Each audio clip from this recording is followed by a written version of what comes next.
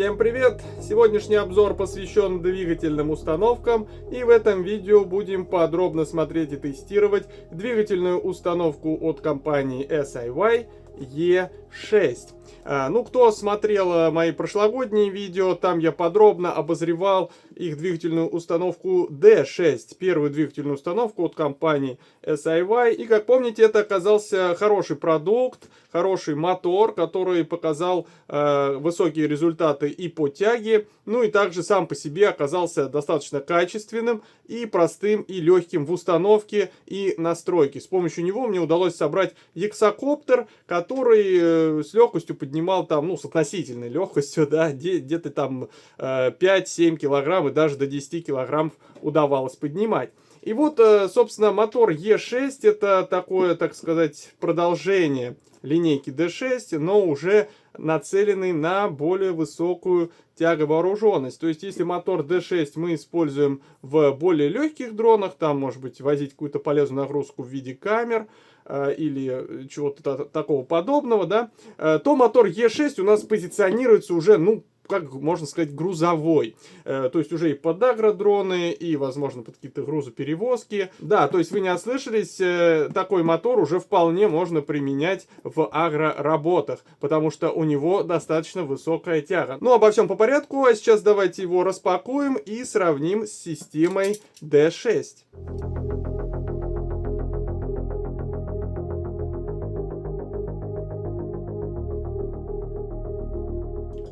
У нас здесь вновь простая белая коробка, обернутая в прозрачную пленку. Ну и на моторе, в общем-то, вернее на коробке практически нет никакой информации. Здесь только указывается его направление, ЦВ или ЦЦВ, ну и какие-то совсем краткие характеристики. Так, же как и мотор D6, упаковано плюс-минус так же. И вот видим наш мотор с набором проводов. Вот такие вот длинные провода 12 калибра, 12 АВГ здесь уже. Так, и достаем сам мотор. Вот такой он большой и крупный. Сейчас мы подробно сравним. Больше в коробочке у нас ничего нет, кроме карточки контроля качества. Откладываем ее в сторону. Ну и теперь повнимательнее давайте рассмотрим его и сравним с мотором D6. Как вы уже обратили внимание, абсолютно одинаковые диаметры, и тот мотор у нас 62 размера. Но очень большая разница здесь у нас в высоте статора. У D6 он 10, а у E6 18, почти в 2 раза выше, и как следствие выше мощность, выше крутящий момент и выше характеристики. Также, как можно заметить, здесь и сам мотор-маунт толще, потому что, видимо, потребовалось гораздо более мощный регулятор оборотов вместить сюда плату, и это действительно так и есть, здесь почти в 2 раза более мощный регулятор. Ну и видим здесь также вот оребрение более выраженное здесь, как радиатор, видимо, оно работает. Здесь все более плоское. Остались у нас индикация светодиодная также. Ну и из интересного, что можно отметить, это вот эти вот 2 крепления, в которые можно, наверное, прикрутить либо какие-то антенны, либо, возможно, посадочные ноги.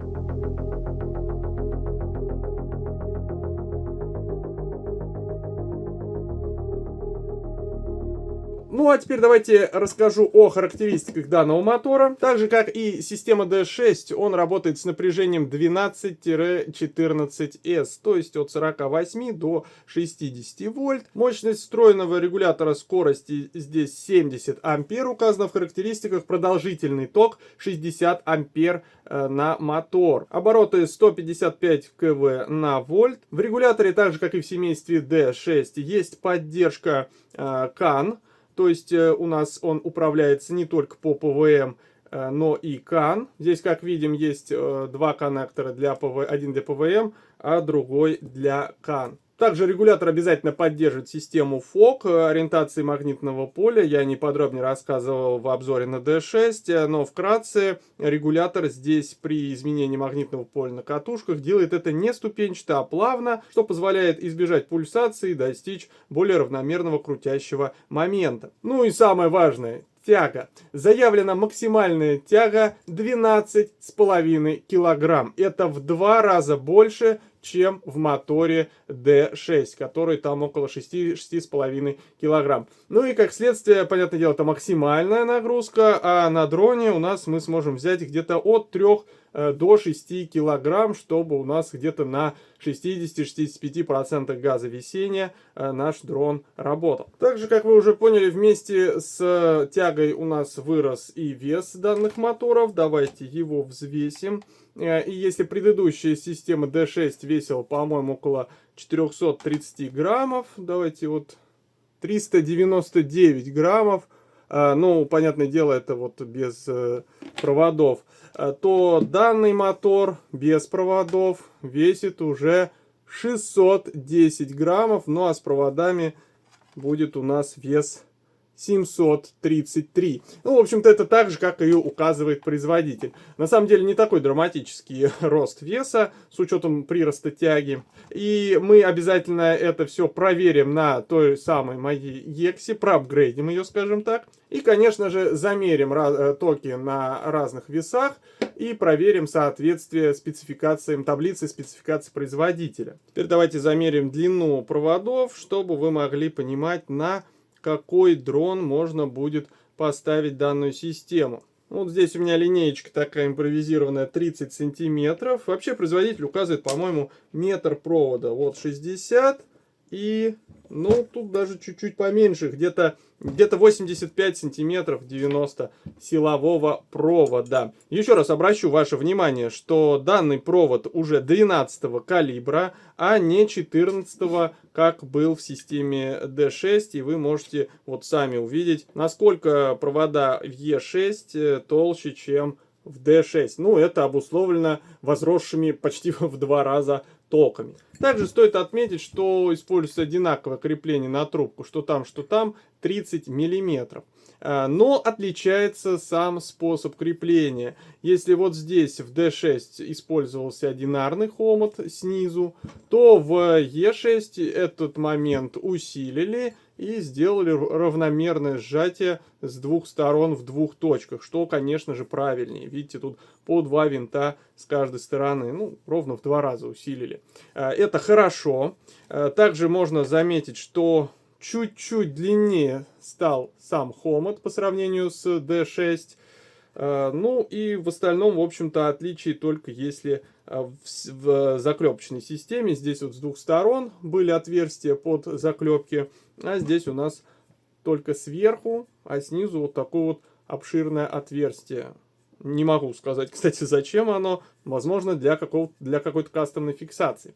Так, далее, по креплению пропеллеров здесь у нас, в общем-то, одинаковые такие же вот 8 отверстий. Единственная разница, что в E6 применили полый вал, возможно, для того, чтобы немножечко облегчить вес. Также, если мы посмотрим на колокол, то увидим здесь более развитую систему охлаждения, больше шире отверстия, и уже стало их тут по 3 ряда, а не по 2, как в D6. Все это диктуется возросшей мощностью исключительно из-за этого. Но, как видим, системно по каждому аспекту SiWay поработала, и в более мощный мотор все, где надо, усилила, где нужно, сделала лучше воздухоотвод, усилила регуляторы. И, в общем-то, пока что, на первый взгляд, двигательная установка показывает такое же качественное исполнение, как и D6.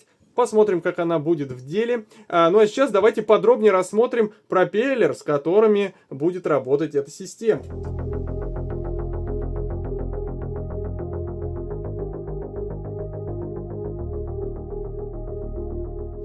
Так, пропеллеры у нас поставляются вот в такой вот коробке. Она тоже была в пленке.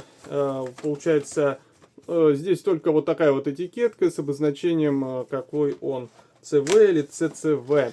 И, кстати, надо отметить, что коробка очень компактная. В отличие от пропеллеров под систему D6, там были здоровые такие коробки, все там мощно упаковано. но просто я не понимал, почему они складной пропеллер транспортировали, продавали в раскладном виде. Здесь же вот они складной пропеллер решили сделать в сложном виде, его транспортировать, что, конечно, гораздо удобней. Вот так он выглядит. И самое интересное, что это его размер 24 дюйма. Если вы смотрели, опять же, предыдущее видео по D6, вы помните, что там были пропеллеры 22-дюймовые, а здесь они его немножечко увеличили. Шаг здесь оставили тот же, то есть он 24/9, такой же, как и был в системе D6. Вот у меня пропеллер от системы D6. Сейчас мы их повнимательнее сравним. Материал, из чего они сделаны. Также в комплекте у нас здесь идет ремешок вот такой вот для того, чтобы, ну, видимо, как-то прикреплять пропеллер к лучу при транспортировке дрона. Я думаю, это пригодится. Ну и, конечно же, винты. Я в обзоре на систему D6, помню, заострил внимание в том, что прочность винтов, да, какая использовалась, максимальной прочности 12.9. Здесь я вот смотрю их, и, по-моему, здесь нет никакой маркировки на этих винтах.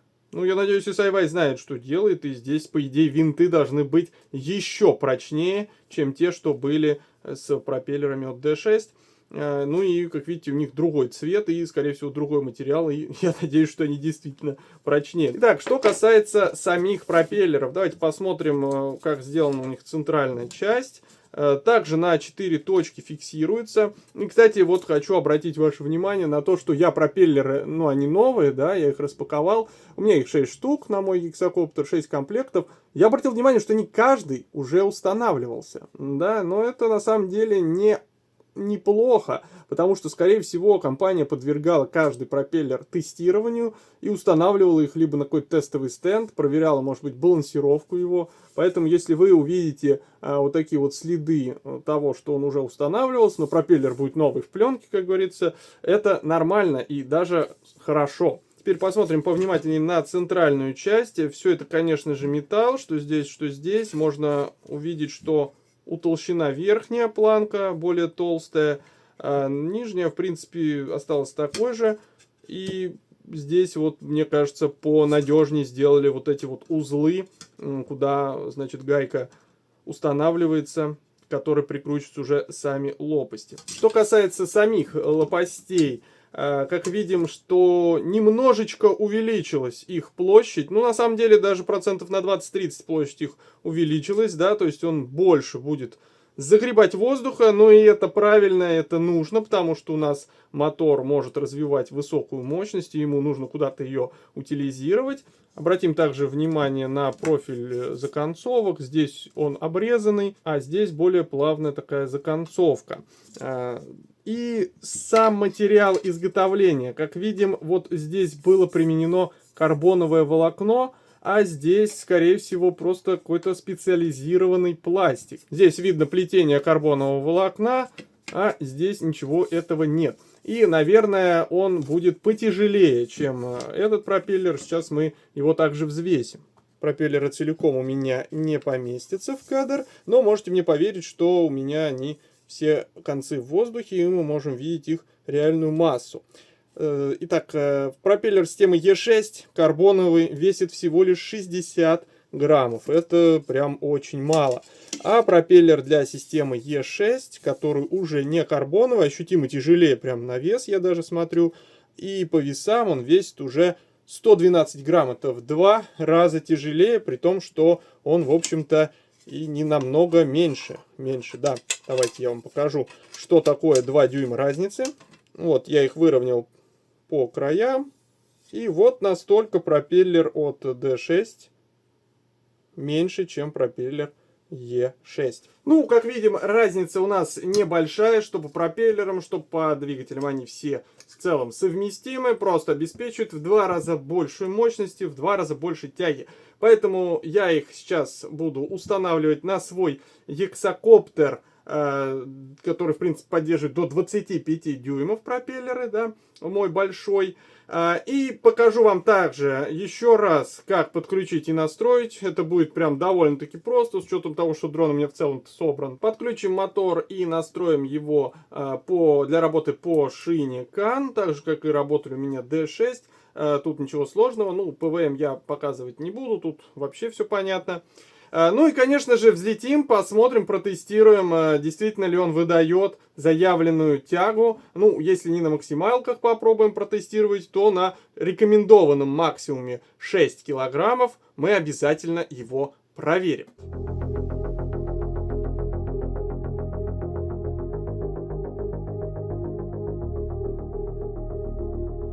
Так, переходим к установке системы E6 на мою Гексу, которую вы могли видеть по прошлогодним роликам. И я уже установил практически все моторы, вот один мне остался. Вот так выглядит установленный мотор, но еще пока не зафиксирован окончательно, пока, так сказать, наживил. И устанавливается он очень просто. Так же, как и в системе D6, используется трубка 30 мм, только на это крепление он рассчитан. По-моему, в системе D6 предлагала компания адаптер, переходник на 25-ю трубку, но в системе E6 я не советую это делать, ну, просто потому что большая мощность у моторов, и трубка должна быть, ну, 30 мм, и желательно потолще, минимум 2, а лучше 3 мм стенки. Также обращу ваше внимание, что так же, как и в системе D6, здесь у нас направление моторов CV, CCV зафиксировано в прошивке, и просто так поменять с конфигуратора не получится. Поэтому следите за их установкой, устанавливайте их в правильном порядке. В общем-то, продеваем через луч провода. И далее система E6 очень легко устанавливается. Она идеально подходит для трубки 30 мм. Сейчас вот полностью расслаблены замки. Если даже чуть-чуть притянуть их буквально, она уже становится жестче, и уже вот так вот ее не вынуть. Вот я буквально слегка прижал, щелка чуть-чуть сократилась, но уже жестко все сидит и не проворачивается. Обращу ваше внимание, это черновая установка, пока просто для того, чтобы электрически их соединить. Потом обязательно по уровню их нужно будет выставить, все эти моторы. Также обязательно, просто в обязательном порядке здесь сверлим потом в трубке отверстие и устанавливаем заклепку. Так же, как и было в системе D6. Но там, если еще можно было опционально, то здесь прям, ну, это необходимо, если вы будете грузить ее на все 6 килограмм. Также, если у вас самосборная рама и имеется какой-нибудь высокоточный ЧПУ станок, то можно сделать отверстие для мотора строго под 90 градусов здесь, для заклепки мотора, вот здесь, и, соответственно, в креплении, ну, если такое, как у меня используется, да, то, соответственно, вот здесь крепление под 90 градусов. То есть, если это сделать на станке, то в целом тогда по уровню-то особо равнять и нечего, они у вас, по идее, должны быть по уровню. То есть я к этому еще буду возвращаться. После того, как я все окончательно соберу, подключу, проверю, я выставлю еще раз по уровню, жестко все зафиксирую как следует и просверлю отверстие и заклепаю. Клепать, в принципе, можно и алюминиевыми заклепками, но лучше использовать стальные, особенно если вы не планируете в ближайшее время снимать эту систему с дрона. Далее, что касается проводов, они с очень большим запасом даны. У меня они доходят аж до противоположной стороны дрона. С учетом того, что диагональ конкретно этого дрона рассчитана под установку 25 дюймов, до центральной платы тут придется даже обрезать там 15-20 сантиметров даже. То есть провода здесь очень длинные, хватит всем, даже тем, у кого многослойная рама и плата питания где-то там внизу, и нужно куда-то вниз заводить. Без проблем этой длины провода хватит. Но я все же рекомендую обрезать силовые провода под ваш размер, ну просто потому что вы банально сэкономите вес. Они довольно-таки тяжелые, все-таки 12 АВГ. Я думаю, на круг грамм 100 спокойно выйдет. Что касается сигнальных проводов, они тоже очень длинные, они еще длиннее, но их я лично не буду укорачивать, ну, просто потому что не хочется ничего резать, перепаивать, но кто желает, вполне это также можно сделать. Ну, а сейчас я начну паять XT90 обязательно коннекторы. Если вы собираетесь подключать к плате питания через коннекторы, то минимум XT90. XT60 здесь просто, ну, они могут быть узким местом, скажем так. Только XT90. Ну и после того, как я подключу, покажу сейчас финальный результат и уже перейдем к настройке системы. И вот по силовому питанию я все закончил. Вот так примерно должно получиться у вас, если вы будете пользоваться коннекторами XT90. И остается подключение сигнальных проводов. Как я ранее говорил, и как я говорил в обзоре на систему D6, здесь все то же самое. Коннектор есть для PWM сигнала, а также для сигнала CAN. У меня здесь моторы были все подключены ранее по CAN на системе D6, поэтому и E6 я тоже буду подключать по CAN. Ну, для тех, кто не смотрел ролик про систему D6, вкратце расскажу по системе подключения. Данные моторы, ну, и E6, и D6, и любые современные двигательные установки, имеющие CAN, подключаются очень просто. Мы просто параллелим все коннекторы между собой. CAN имеет две линии, CAN High, CAN Low, ну и землю. И получается, что просто параллельно все 6 моторов у нас соединяются, каждая линия, не между собой, а именно CAN High все 6, CAN Low все 6, ну и, соответственно, земля. Они все здесь вот сходятся, да, и в любой из них я подключаю вот такой вот переходничок, и, соответственно, его уже непосредственно в порт полетного контроллера подключаю. То есть это даже проще, чем использовать обычный PWM коннектор, где у нас тут получается каждый провод отдельным идет, и здесь их можно объединить, у каждого регулятора свой адрес в коншине, и он будет использовать только свой сигнал газа. Конечно же, нужно еще соответствующим образом настроить полетный контроллер, и вот сейчас, пожалуй, мы и перейдем к настройке.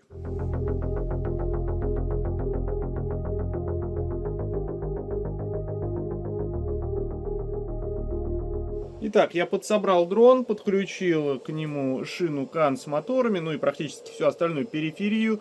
Подключаю полетный контроллер к компьютеру и переходим в программу Mission Planner. Я подробно рассказывал о настройке регуляторов на базе шины CAN в Ардупилоте в обзоре на D6. Поэтому здесь я вкратце еще раз расскажу. Прежде чем переходить к настройке регуляторов на шине CAN, необходимо на вкладке Config Full Parameters List активировать некоторые параметры, которые у нас отвечают за работу с шиной CAN.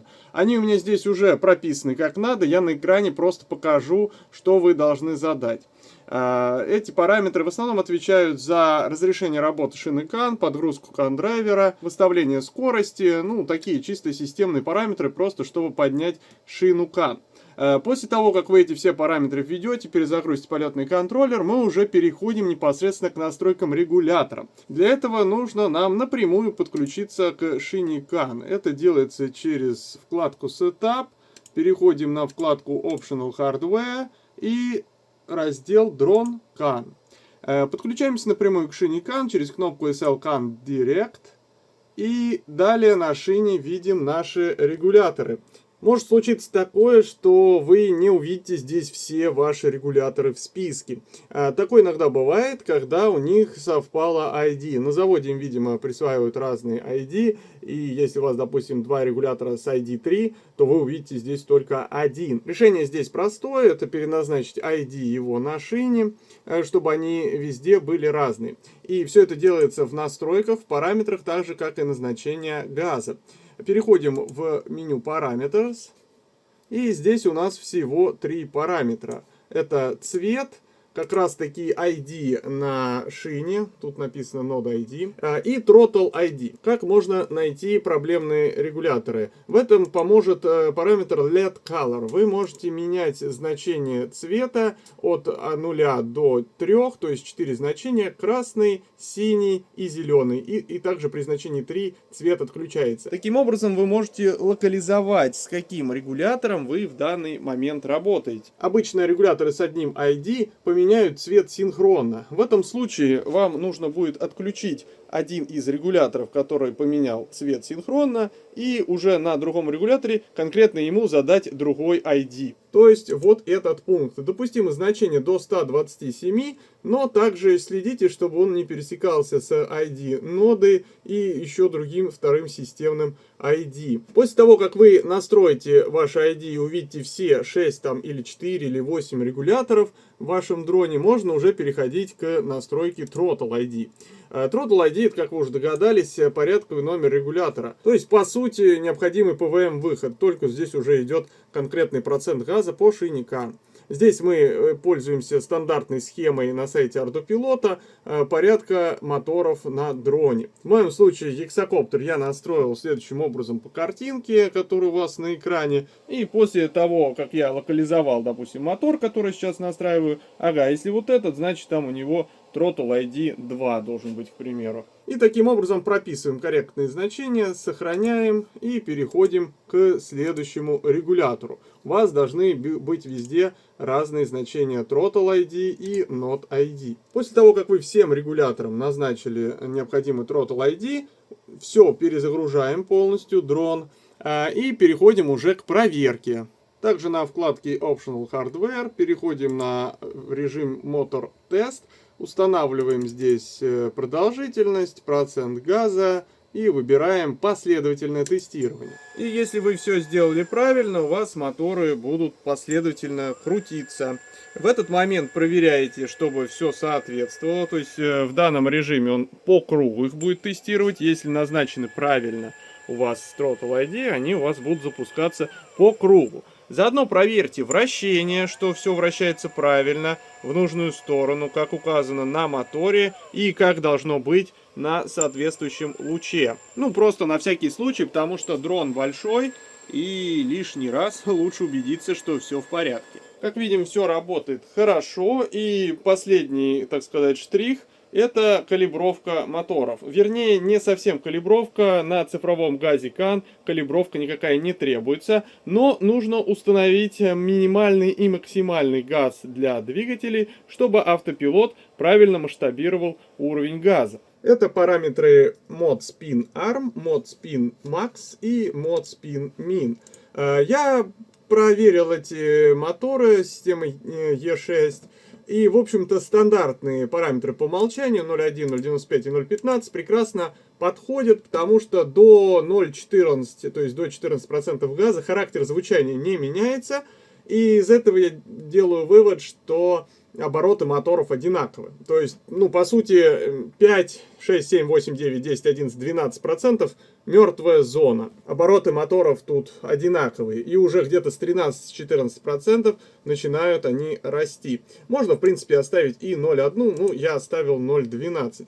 Остальное все по умолчанию. Также Ардупилот ограничивает максимальную мощность в 95%, и на системе D6 тяга соответствовала процентам газа именно вот с масштабированием 0.95.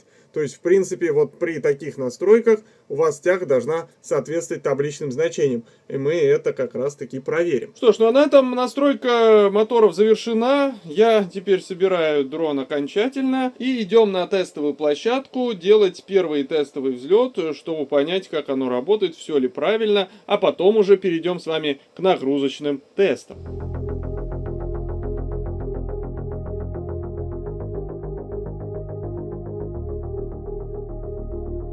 Итак, ну а теперь давайте перейдем к полноценному тестированию с нормальными аккумуляторами. И я буду использовать большие аккумуляторы на этом дроне, литий-ионные Samsung 50S, как и на небольшой моей Дексе.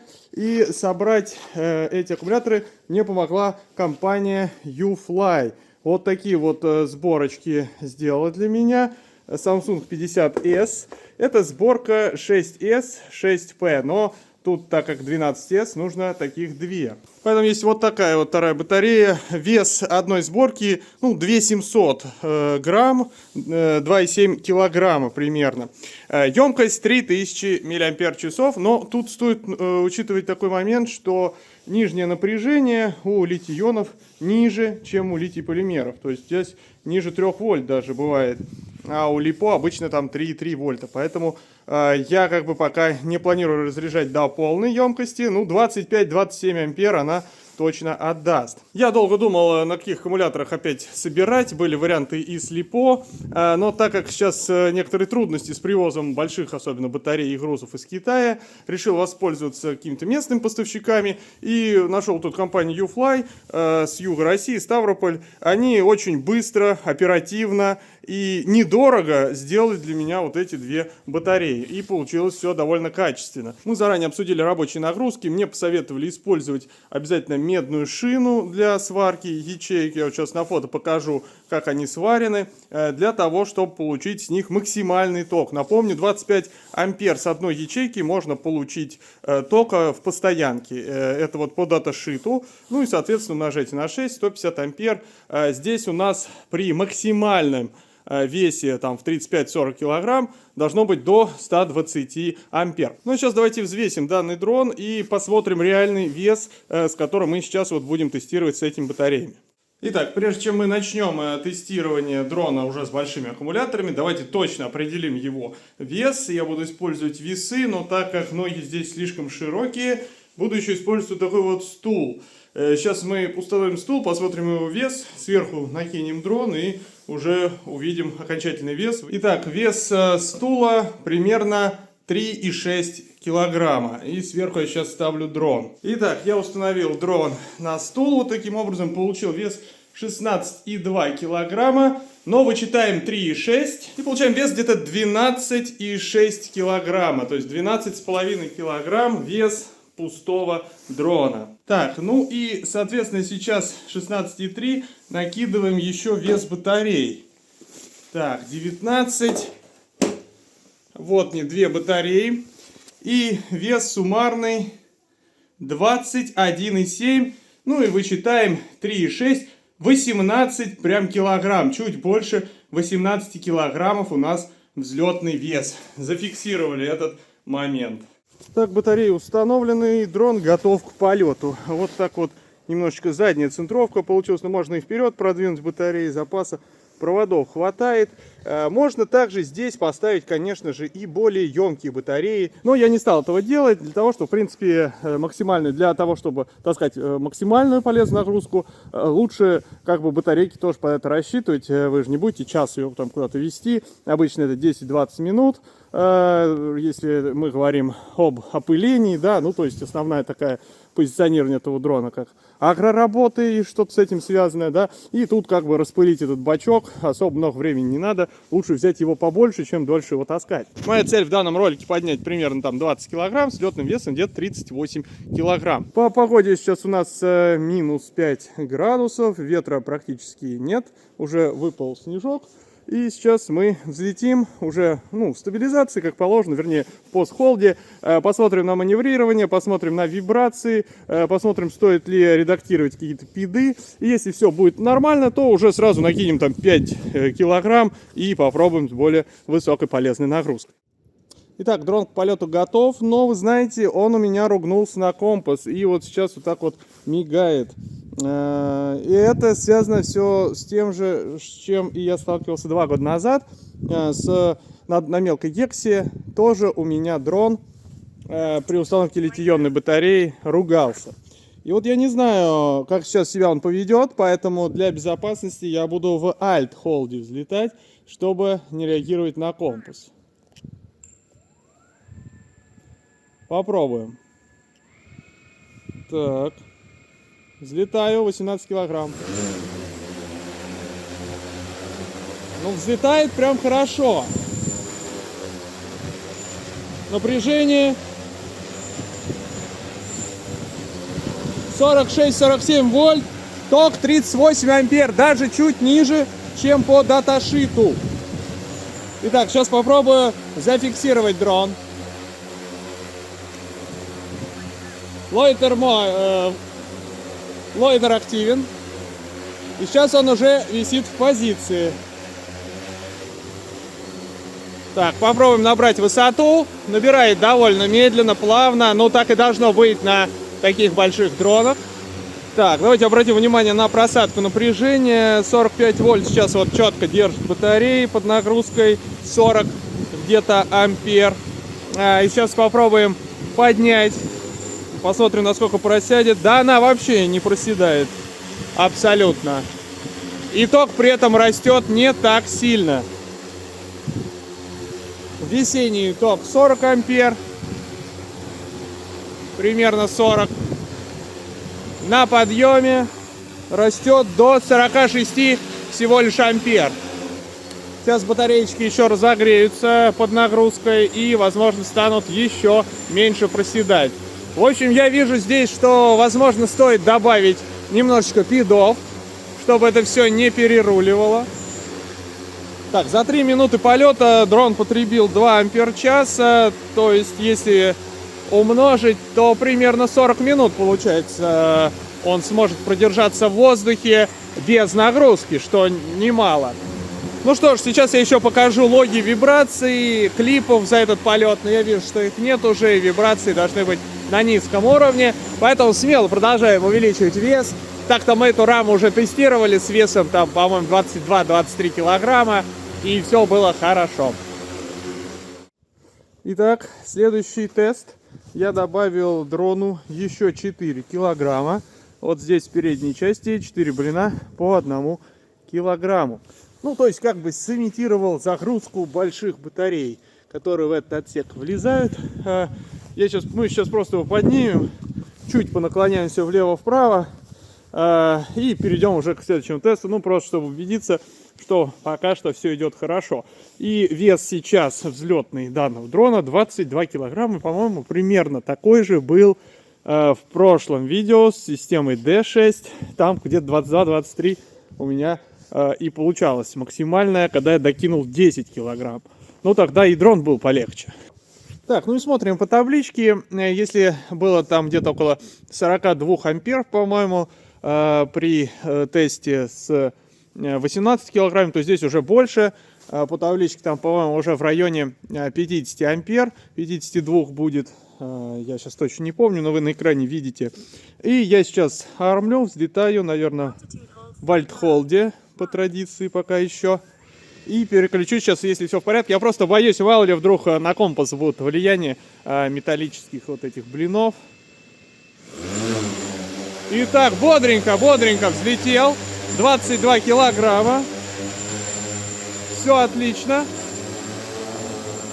С компасом никаких проблем нет. Поэтому я переключаюсь в пост-холд.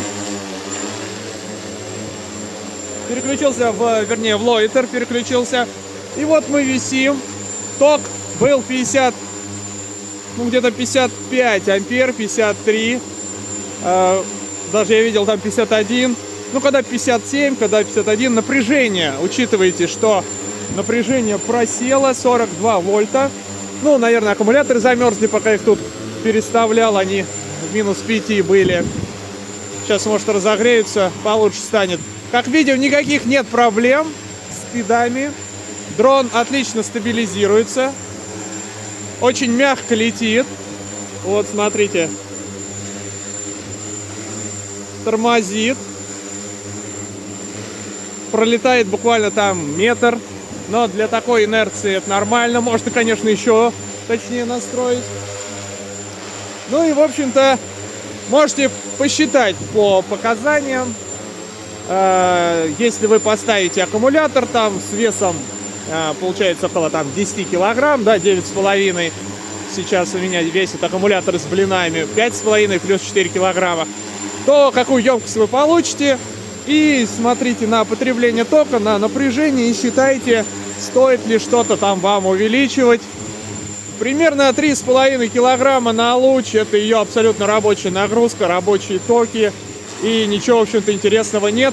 Поэтому давайте сразу нагрузим десяточку. И уже сейчас я уже продумаю какую-то систему крепления. Нагрузим десяточку, возможно, увеличим спиды. И уже с 10 килограммами посмотрим, как это будет выглядеть.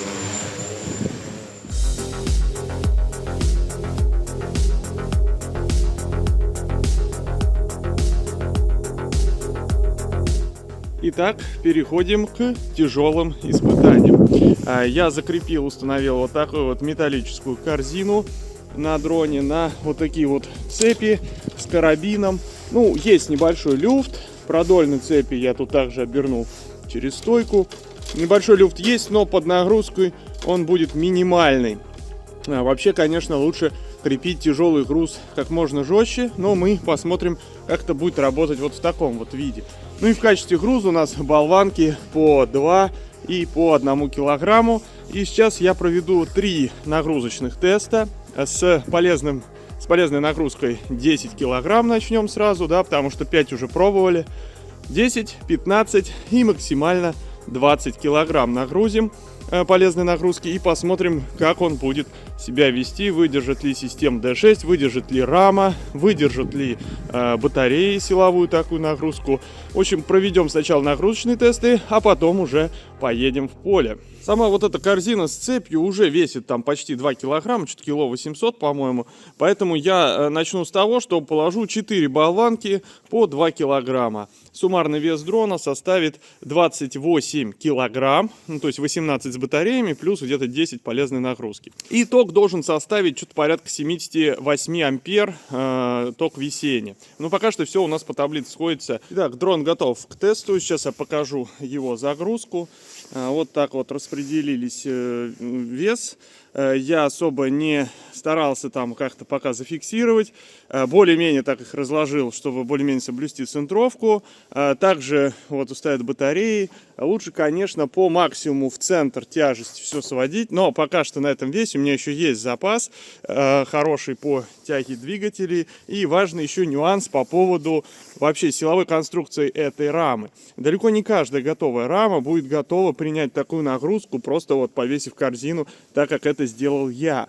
Если вы еще не смотрели ролик по созданию этой рамы и сборке ее, то обязательно посмотрите. Там я подробно рассказывал про усиление грузового отсека, про вот эти вот 8 вант 8-миллиметровых, которые дополнительно распределяют нагрузку. И вся эта конструкция держится не только на вот этих вот 4 ногах, но еще и усиленно дополнительно держится 8 вантами. Вообще эта рама рассчитана на взлетный вес 40 килограмм, поэтому, нагружая ее на 20 килограмм полезного веса, я уже практически приближаюсь к максимуму. Ну, 40 килограмм это такой безопасный максимум. Так-то оно, возможно, и больше выдержит. Но все это мы увидим в ходе тестов. Итак, проверяем еще раз затяжку всех лучей, затяжку пропеллеров, что все у нас в порядке по механической части. И можем приступать к взлету 28 килограмм. Итак, батарея заряжена, вы видите на своих экранах 52 вольта по максимуму. Вот так вот по-новогоднему украшено у нас уже летное поле. Стоит еще отметить настройку пидов. Я немножечко поднял сейчас значение P, буквально на 0,1.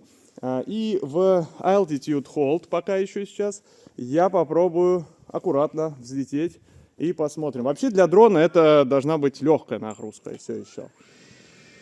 Пробуем. Так. Как и ожидалось, дрон взлетел отлично. Но его уже покачивает чуть-чуть, как видите. Есть небольшая раскачка.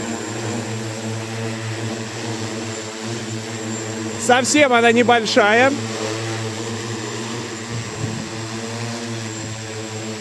Я думаю, что еще нужно немного увеличить пиды. Особенно перед следующим взлетом с 15 килограмм полезной нагрузки. Смотрим на значение тока. 70 ампер. Это все сходится с официальными показаниями.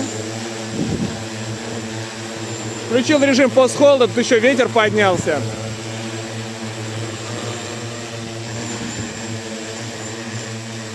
Ну, так вообще все отлично работает. Попробуем немножечко взлететь.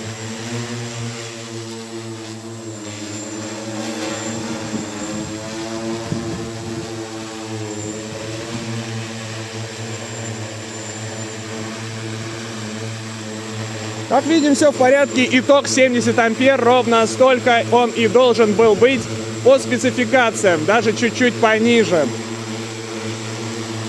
Батарея, кстати, просела ощутимо. 44 вольта. Но это литий-ион.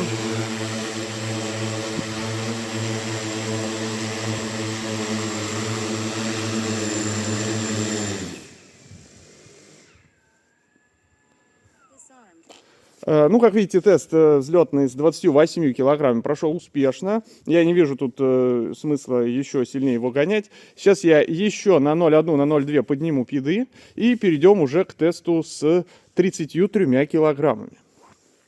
Так, проведен внешний осмотр. Все в порядке. Ничего нигде не открутилось. И я добавил еще 5 болванок по 1 килограмму. И сейчас вся эта корзина целиком с цепями весит 15 килограмм. Полезная нагрузка 15 килограмм. Ну а суммарный вес дрона 15 плюс 18 33 килограмма. Батареи немножечко разряжены, там где-то на 10%.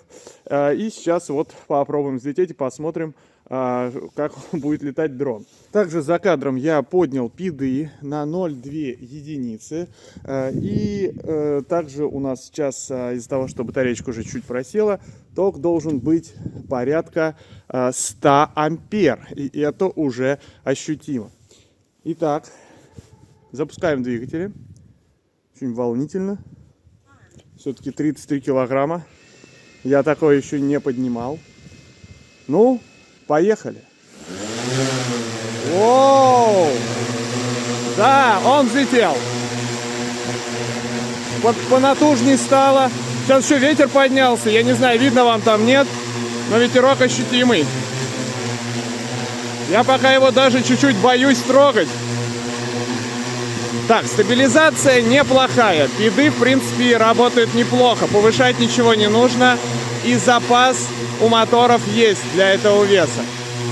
Да, кстати, ток 90 ампер. Это даже ниже, чем я ожидал. Это очень хороший показатель. 33 килограмма. Батарею жрет он, конечно, мощно. За 2 минуты почти 3000 миллиампер скушает. Напряжение просело до 42 вольт, но с учетом того, что у нас 12S, это, в принципе, нормально. Потому что каждая банка проседает примерно на полвольта, а то и больше. 3 минуты в воздухе, я сейчас опущусь.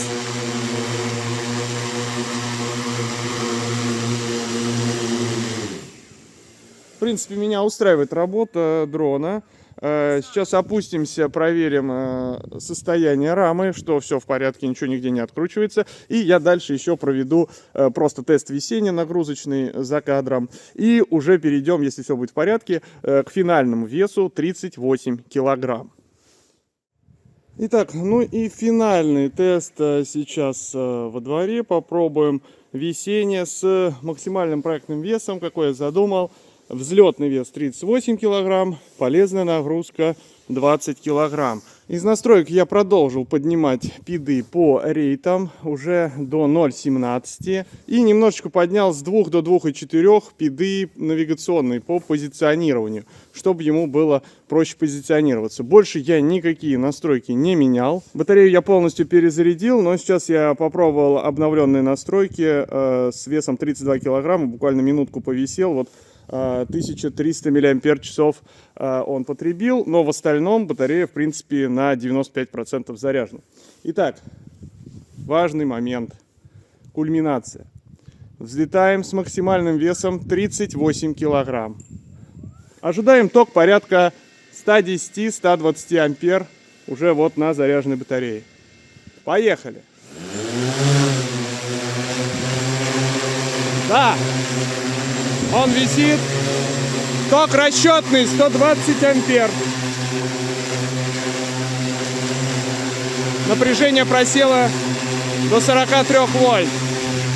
Пробую управляемость. Управляемость хорошая. Тормозит хорошо. Тормозит прям чувствуется.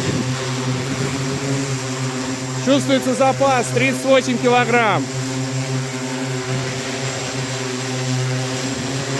Попробуем немножечко по яву. Все отлично. Сейчас единственный упор, который у дрона есть, это батарея. Все-таки эта сборка для такого веса, ну прям на пределе. Я позже поясню немножечко по батарее еще. Так, цель отвисеть 5 минут. Сейчас попробуем еще вертикальные.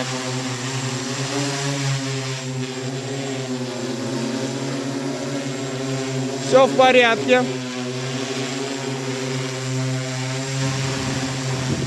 Все отлично. Итак, в общем, цель отвисеть 5 минут с таким весом.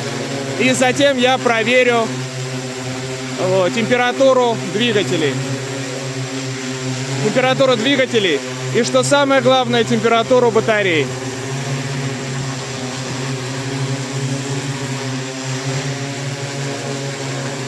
По моторам никакого... По моторам чувствуется запас с таким весом, никаких абсолютно проблем нет. Очень резко тормозит. Покажу вам вот так.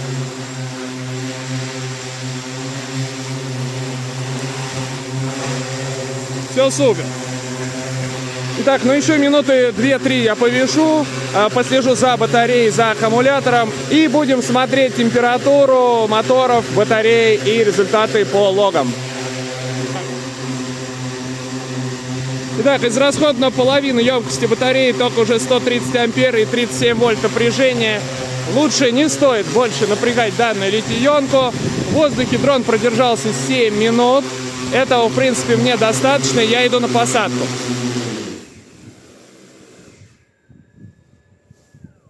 Так, посадка выполнена. И сейчас я подойду туда, и мы посмотрим с вами нагрев.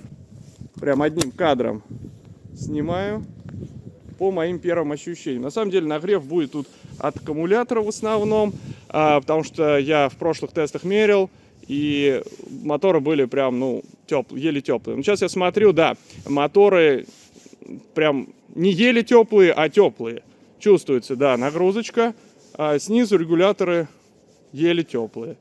Ну, в принципе, сейчас вы видели практически максимальную рабочую нагрузку данной системы E6. Мы в первую очередь обращаем внимание сейчас на эту систему.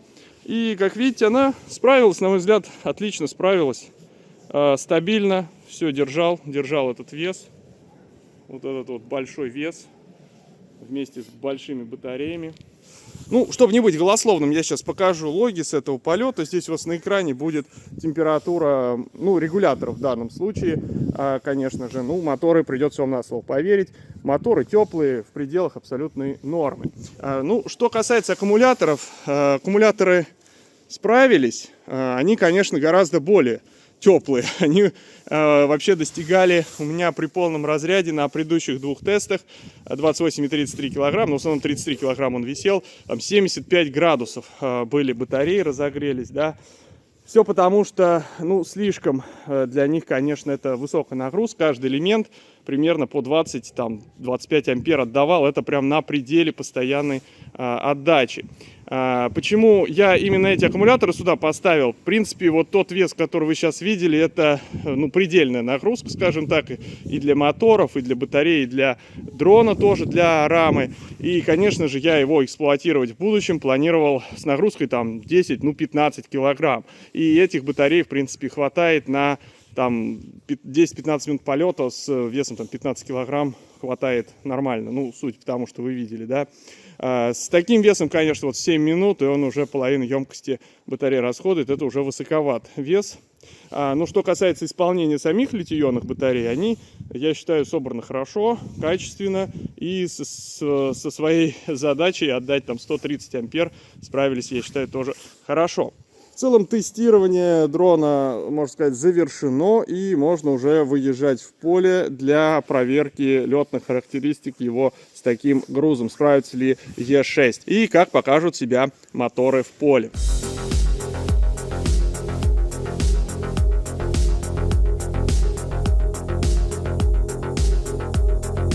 Итак, приехали в поле для тестирования Ексы с грузом в 20 килограмм. Все уже готово. Сейчас соберем, взлетим, полетаем здесь вот по полю, сымитируем работу агродрона, посмотрим, как он справится. Но опять же у нас где-то минут 5 в воздухе должен он нормально повисеть.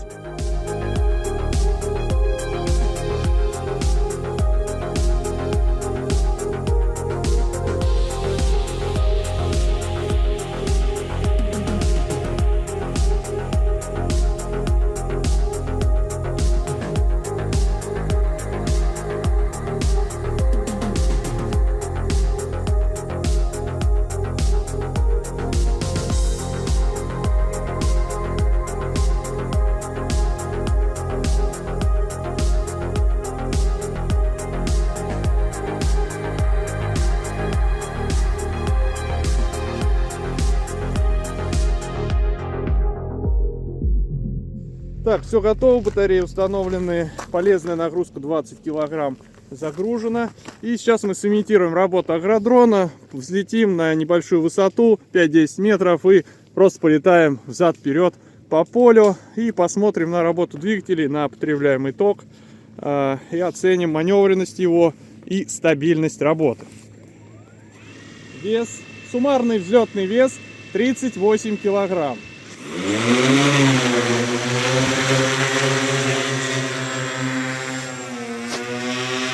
Сильные вибрации на камеру, как видим, с этим нужно еще поработать. Ну и полетели.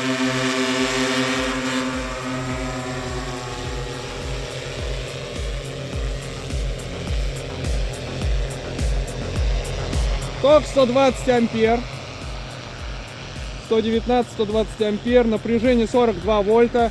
Для заряженной батареи это в принципе норма.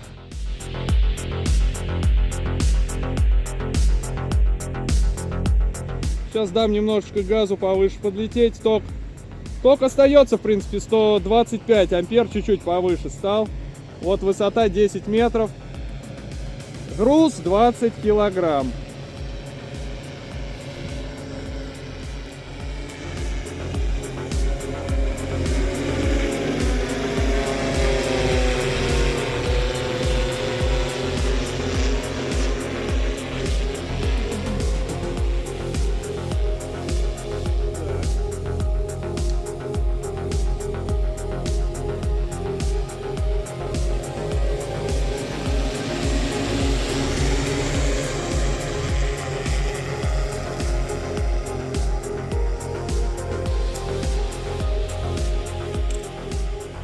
Ну, как видим, система стабильна, дрон абсолютно адекватно держится в воздухе.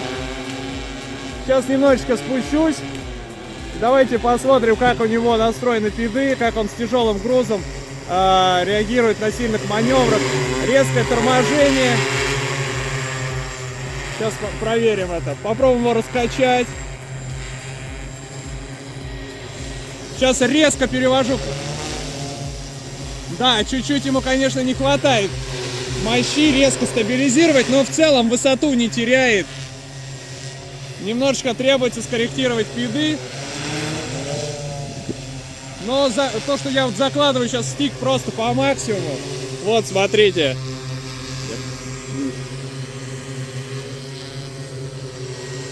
И резко перекладываю.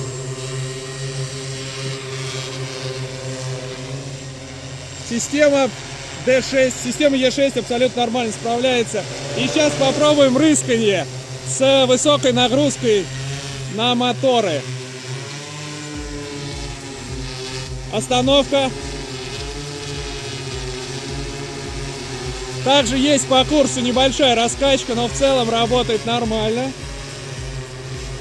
Мы в воздухе уже 4 минуты, за это время израсходовано 8500 мАч. И, в общем-то, с таким весом дрон позволит продержаться в воздухе еще примерно ну, до 10 минут, если расходовать батарею на максимум. Да даже, наверное, останется, да, это будет где-то 20 тысяч миллиампер. Но мы еще полетаем 2-3 минуты свободно с ним.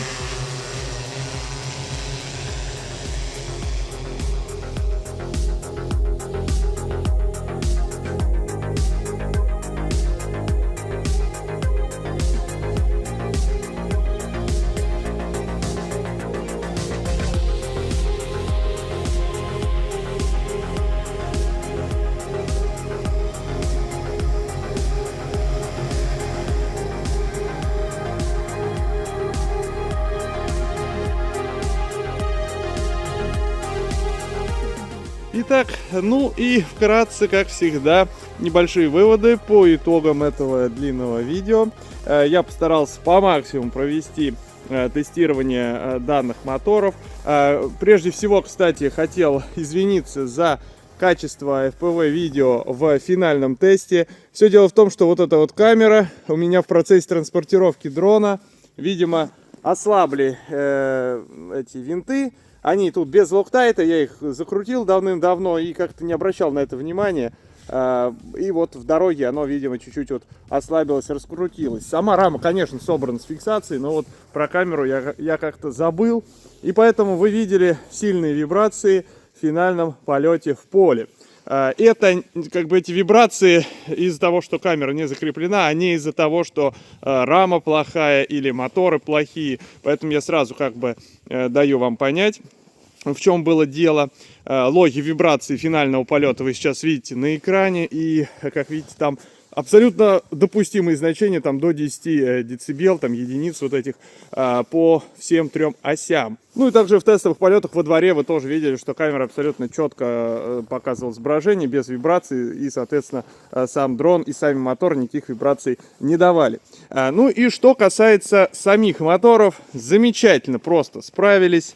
Ну, я, в общем-то, и не ожидал какого-то другого результата, потому что SIY, ну, вот оборудования у меня много на канале, я в основном как бы с ним работаю. И у меня в целом очень-очень мало нареканий к их продукции. В целом, что ни возьми, все хорошо работает. Да, есть какие-то где-то мелкий брак, иногда попадается, бывает, но это как бы у всех так. А вот по техническим характеристикам моторы показали себя отлично.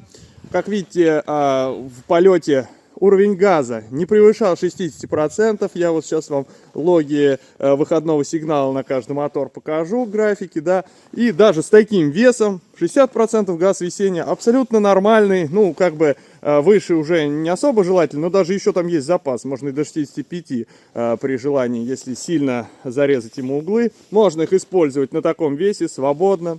Сами моторы, как видите, plug and play, как говорится, подключил, и можно лететь без каких-либо проблем и беспокоиться там о каких-то возможных отказах. Также большая заслуга того, что смогли все-таки поднять 20 килограмм, это сама рама, она очень качественно сделана. Вот КМ Workshop, очередной респект за грамотное проектирование и работу с данной рамой. Ну и, конечно же, без батарей тоже ничего бы не полетело. Сборки тоже отлично сделаны, качественно. Но для такого веса, в очередной раз повторюсь, этой емкости недостаточно. Нужно минимум 8П ставить, чтобы снизить нагрузку на ячейки. Ну, потому что сильный нагрев. И если сейчас вот зимой упрощают еще эти батареи, такой нагрев, то летом, конечно, будут проблемы. Ну, еще подумайте о том, чтобы увеличить, возможно, до 7S каждую батарейку, ну то есть чтобы на 14S летать. Возможно, это будет целесообразно. И я рекомендую обращаться в компанию YouFly, если вам потребуется собрать какие-то литионные сборки, они это все быстро и качественно сделают. Ну и касаемо этого дрона, в будущем планирую тоже небольшой апгрейд, устранить слабое место в виде разъемов XT90, заменю их на ES8, чтобы в будущем никогда не было проблем с большими токами на данной Гексе. И, конечно, вот эти вот моторы SIY E6 отличное дополнение для этого дрона. Здесь как бы достигнут максимальный, я считаю, баланс рамы, ее выносливости и тяги моторов. То есть вот система E6 все-таки раскрыла этот дрон по полной, и теперь он годится практически, ну, для любых задач, только какие может дрон выполнять. Что ж, вот такой вот обзор у меня получился. Надеюсь, что было, как всегда, интересно и полезно. Всем спасибо за просмотр. Пока!